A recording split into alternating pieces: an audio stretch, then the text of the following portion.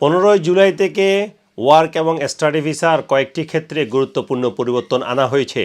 Home অফিসের পক্ষ থেকে বলা হয়েছে 15 জুলাই কিংবা এরপরে যারা কয়েকটি ওয়ার্ক এবং স্টাডি ভিসার ক্ষেত্রে আবেদন করবেন এবং আবেদন ফি জমা দেবেন, তাদের আবেদন যদি সফল হয় তাহলে তাদের পাসপোর্টে আর ভিসার স্টাম্প লাগানো হবে না, তারা শুধুমাত্র ই ভিসাই পাবেন।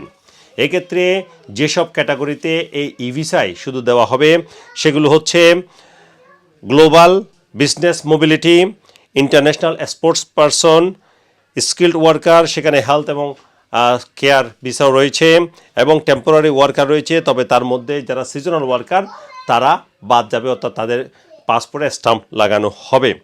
এক্ষেত্রে অবশ্য যারা ডিপেন্ডেন্ট তাদের ক্ষেত্রে অবশ্য পাসপোর্টে স্টাম্প লাগানো থাকবে, তাদের ক্ষেত্রে ই ভিসা বাধ্যবাধকতা নেই।